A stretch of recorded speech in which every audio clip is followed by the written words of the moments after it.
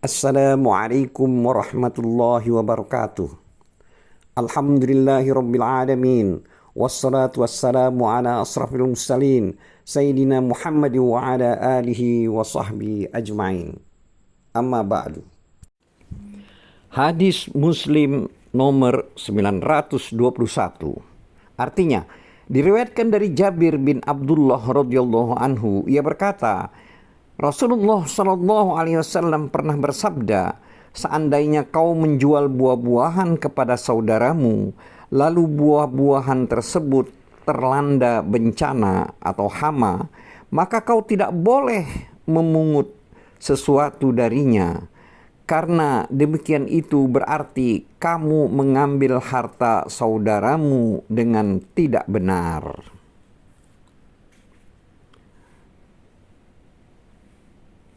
Hadis nomor 922. Artinya, diriwayatkan dari Abu Sa'id Al-Khudri radhiyallahu anhu, ia berkata, pada masa Rasulullah sallallahu alaihi wasallam ada seorang lelaki tertimpa kerugian dalam buah-buahan yang telah dibelinya sehingga hutangnya banyak. Lalu Nabi sallallahu alaihi wasallam bersabda, bersedekahlah kalian kepada lelaki itu. Maka orang-orang pun banyak yang memberinya sedekah. Namun perolehan sedekah tersebut tidak cukup untuk menutupi hutangnya. Kemudian Rasulullah SAW bersabda kepada pemilik piutang dari orang tersebut, ambillah apa yang kalian dapatkan dan kalian tidak memperoleh kecuali apa yang kalian dapatkan itu. Hadis Muslim nomor 923. Diriwayatkan dari Abdullah bin Umar radhiyallahu anhu, ia berkata, saya pernah mendengar Nabi SAW bersabda, barang siapa membeli kebun kurma yang telah berputik, buahnya milik orang yang menjualnya, kecuali jika pembelinya menentukan persyaratan bahwa buah yang sudah ada itu akan dimiliki oleh pembeli. Dan barang siapa membeli budak, hartanya, maksudnya di sini harta si budak, itu menjadi milik orang yang menjualnya. Kecuali jika pembelinya menentukan persyaratan bahwa harta si budak itu akan menjadi milik si pembeli. Hadis nomor 900, hadis Muslim nomor 924.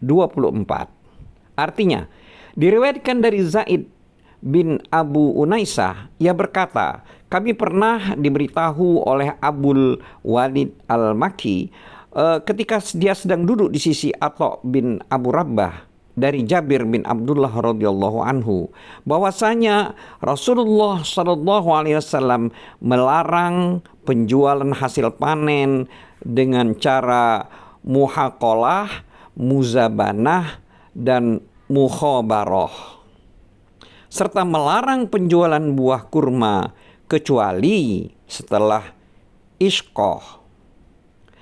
Isqah maksudnya adalah buah kurma yang telah memerah atau menguning atau sudah bisa dimakan sebagiannya.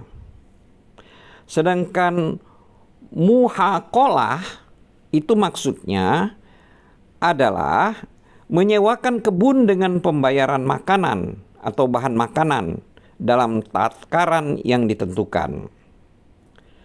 Adapun muzabanah adalah menyewakan kebun kurma dengan pembayaran beberapa ausak kurma kering. Sedangkan mukhabarah itu adalah menyewakan kebun atau ladang dengan pembayaran sepertiga atau seperempat hasil panennya atau seperberapanya lah. Kemudian kata Zaid, aku tanyakan kepada Atha bin Abu Rabbah, Apakah kau pernah mendengar Jabir bin Abdullah menuturkan hadis ini dari Nabi Shallallahu Alaihi Wasallam? Dia menjawab, ya pernah. Hadis ini juga diriwayatkan oleh Al-Bukhari nomor hadis 2381. Hadis Muslim nomor 925. Artinya, diriwayatkan dari Abu Zubair dan Sa'id bin Mina dari Jabir bin Abdullah radhiyallahu anhu, ia berkata, Rasulullah Shallallahu alaihi wasallam melarang jual beli sistem muhaqalah, muzabanah dan muawamah dan sunya. Namun beliau memperbolehkan sistem araya. Kata salah seorang dari dua perawi tersebut, muawamah adalah menyewakan kebun kurma selama beberapa tahun untuk dipungut buahnya. Sedangkan sunya adalah menyewakan ladang dengan pengecualian yang tidak tegas. Hadis Muslim nomor 926 diriwayatkan dari Jabir radhiyallahu anhu, ia berkata, Nabi Shallallahu alaihi wasallam melarang penyewaan kebun buah selama beberapa tahun. Menurut riwayat Ibnu Abu Saibah, Rasulullah Shallallahu alaihi wasallam melarang penyewaan kebun untuk dipungut buahnya beberapa tahun. Sebagai keterangan, maksud beberapa tahun di sini adalah apabila pohonnya ternyata tidak berbuah sama sekali atau hanya berbuah sedikit, maka pihak penyewa akan rugi.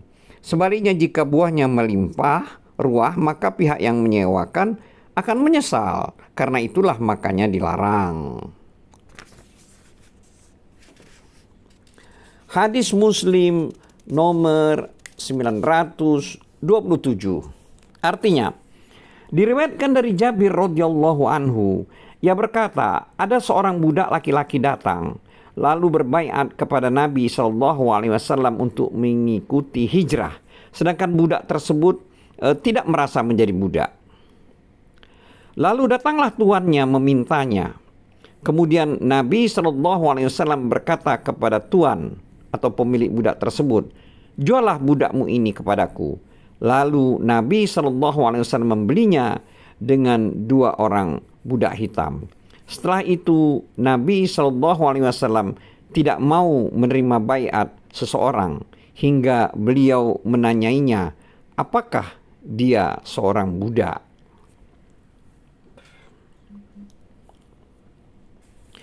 Hadis Muslim nomor 928.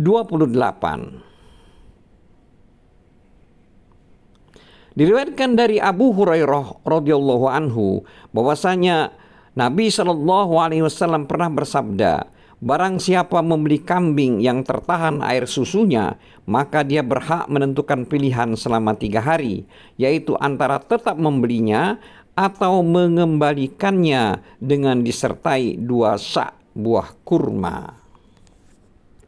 Hadis Muslim nomor 929. Artinya, diriwayatkan dari Ibnu Abbas radhiyallahu anhu, ia berkata, Umar menerima berita bahwa Samurah radhiyallahu anhu menjual khamar. Maka Umar mengatakan, semoga Allah mengutuk Samurah. Tidakkah dia tahu bahwa Nabi SAW pernah bersabda, semoga Allah melaknat orang-orang Yahudi. Lemak telah diharamkan kepada mereka, tapi mereka mengolah lemak itu lalu menjualnya. Hadis ini juga diriwayatkan oleh Al-Bukhari nomor hadis 2223. Hadis Muslim nomor 930. Artinya, diriwayatkan dari Abdurrahman bin Walah As-Sabai, orang Mesir, bahwa dia pernah bertanya kepada Abdullah bin Abbas radhiyallahu anhu mengenai perasan anggur untuk bahan minuman keras. Maka Ibnu Abbas mengatakan, Sesungguhnya pernah ada seorang laki-laki menghadiahkan satu wadah khamar kepada Nabi SAW.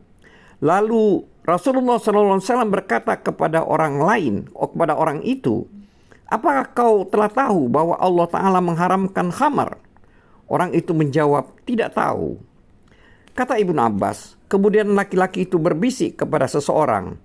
Lalu Nabi SAW bertanya kepada lelaki itu, apa yang kau bisikkan kepadanya? Dia menjawab, saya menyuruhnya untuk menjual khamar itu. Maka Nabi SAW bersabda, sesungguhnya Allah telah mengharamkan minum khamar, juga mengharamkan menjualnya. Kata Ibnu Abbas, maka laki-laki itu membuka wadah tersebut sehingga isinya tumpah habis. Wallahu a'lam bissawab. Wabillahi taufiq wal hidayah. Wassalamualaikum warahmatullahi wabarakatuh.